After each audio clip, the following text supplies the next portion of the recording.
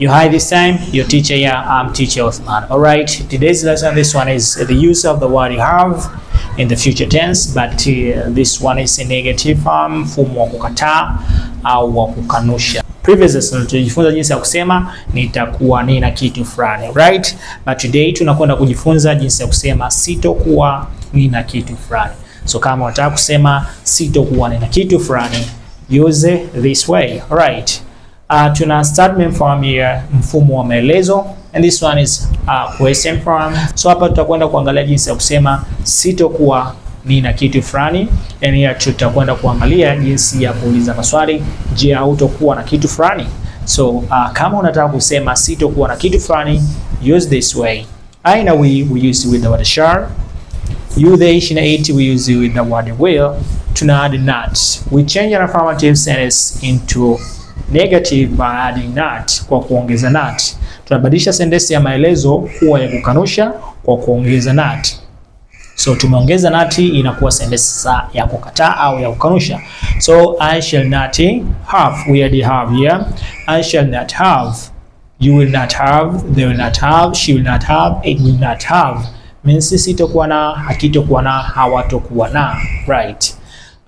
Baada hapo hakikisha umeweka noun. Don't put it there verb. Usije ukaweka kitendo. Ukiweka kitendo inakuwa inaleta maana nyingine. Perhaps it couldn't even make sense. Haitoweza hata kuleta maana. So hivyo ndivyo jinsi ya kusema sitokuwa nina kitu fulani. I shall not have, we shall not have, they will not have, she will not have, it will not have. But tuna contraction. Contraction ambazo native huwa anatumia sana, contraction ufupisho, right? So tuna negative contraction katika inafanyika katika shall not na will not. Shall not we say shan't. Shan't, right? Shall not we say shan't. Will not we say won't. Yeah, shall not we say shan't. Will not we say won't.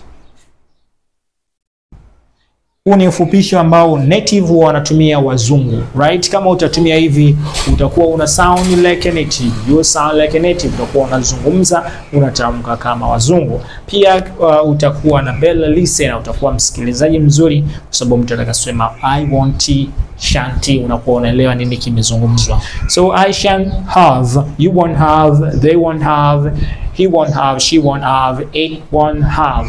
Shall not, shan't, will not, want. Bila kama kawaida tutaweka neno letu pale have, itakuwa inakamilisha sitokuwa na kitu fulani. Hakikisha umeweka mbele noun, don't put it there verb. Alright, tuna question form, mfumo wa kutengeneza maswali, how to be the question. I na we, tutaanza na shall, you the na it, tutaanza na will, itakuja not. Baada hapo utamalizia shall not I, shall not we, will not you, will not they, will not he, will not she, will not it. Bila kama kawaida have itakuwa inakamilisha swali kwamba je, hautokuwa una kitu fulani, right? Ili kamilike jinsi ya kuleta kutokuwa na kitu fulani, akisha mbele tumeweka noun, unaweka noun. Shall not I have, will not you have, will not they have, will not she have, will not it have. Right? Tuna contraction. Shall not we say shan't, will not we say won't. Shan't I have, won't you have, won't they have, won't he have, won't it have. Kama kawaida mbele tunaweka noun, inakuwa tumekamilisha jinsi ya kusema je, hautokuwa na kitu fulani. So let's look example here.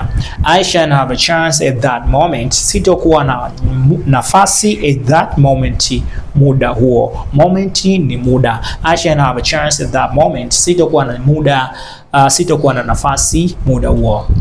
The question, won't you have, won't you have, will not you, we say won't. Won't you have a chance later on? Je, hautokuwa na muda baadaye? Later on means si baadaye, later on. Later on, baadaye. Won't you have a chance later on? Je, hautokuwa na nafasi baadaye? Yes, I shan't. Ndio sitokuwa na muda. No, tunajibu majibu yetu kwa ufupi. Kama utaulizwa won't you have, shan't I have, won't they have, won't she have, For instance, book, won't they have a book, won't they have a chance. Tutajibu kwa ufupi, tutasema yes, I shan't. Tutaanza neno yes, tutakuja kumalizia katika note. Yes, I shan't. Yes, we shan't. Yes, they won't. Yes, it won't. Ndio sitokuwa na kitu fulani. Right? Hivyo ndio jinsi ya kujibu kwa ufupi, lakini kama jibu lako linahitaji maelezo, kama lina maelezo, hakikisha umeelezea, umefafanua kutokana na jinsi utakavyoulizwa. Right? So example here, let's look again. Example, won't you have a chance later on? Je, utakuwa na muda baadaye? Yes, I shan't. Ndio sitakuwa na muda. No, I'll. Pana nitakuwa na muda. Hii ni contraction, tuliangalia katika affirmative contraction. Right? I'll, you'll, they'll have. I'll have, you have, they have. This one is a negative contraction, shan't, right? So tuna negative, tuna affirmative ambayo tushasoma katika somo lililopita, and this one is negative contraction. So more examples. The next exam won't have a complicated question as previous one. Mtihani ujao hautokuwa na maswali magumu. Complicated question, maswali magumu yenye kuchanganya, maswali magumu au maswali yenye kuchanganya as previous one, kama ule uliopita, kama uliopita. Previous one, kama uliopita. Tumetumia one kwa sababu kitu kishatajwa. Kama kitu kishatajwa, hatutapaswa tena kuweka previous exam. No, we say previous one. The next exam won't have complicated question as previous one. So for next exam have simple questions as this one.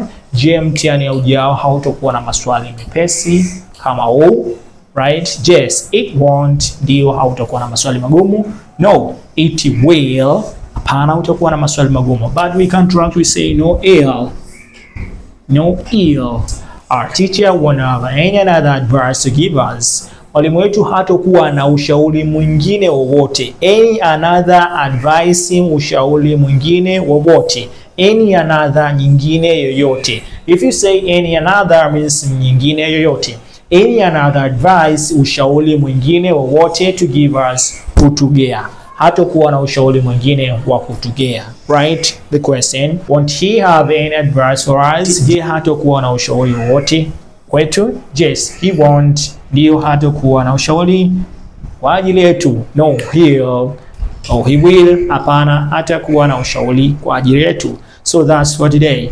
This is how we say, this is how we speak, and this is how we write. So practice. There are 3 types of practice. First, writing down your sentence. The second is speaking by yourself. Think in English and speak through this structure, right? And the last one is finding people to speak to. Find people to speak to. You're gonna be a perfect speaker and more fluent if you take my words. So that's for today. Thanks a lot for being with me. Don't miss the next lesson.